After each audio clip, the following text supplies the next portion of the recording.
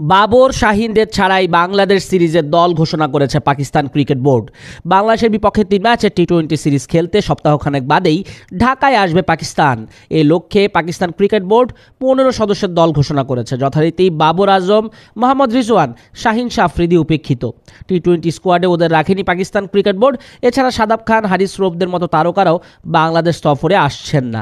কিছুদিন আগে এই সিরিজের সূচি প্রকাশ করেছিল বাংলাদেশ ক্রিকেট বোর্ড বিসিবি। সবকিছু ঠিক থাকলে 16 জুলাই বাংলাদেশের মাটিতে পা রাখবে পাকিস্তান ক্রিকেট দল।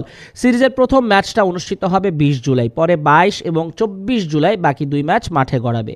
পাকিস্তানের টি-20 স্কোয়াডে রয়েছেন সালমান আলী আগা, আবরার আহমেদ, আহমেদ দানিয়াল, ফাহিম আশরাফ, ফখর জামান, হাসান নওয়াজ, হুসেইন তালাত, খুশদিল শাহ, মোহাম্মদ আব্বাস আফ্রিদি, মোহাম্মদ হারিস, মোহাম্মদ নওয়াজ, সাহিবজাদা ফারহান, সাইম আইয়ুব, সালমান মির্জা, সুফিয়ান মুকিম।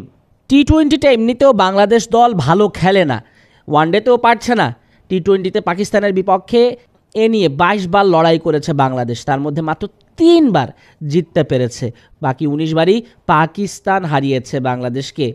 বিশেষ করে দ্বিপক্ষীয় সিরিজে 2016 পর পাকিস্তানের বিপক্ষে জিততে পারেনি বাংলাদেশ দল।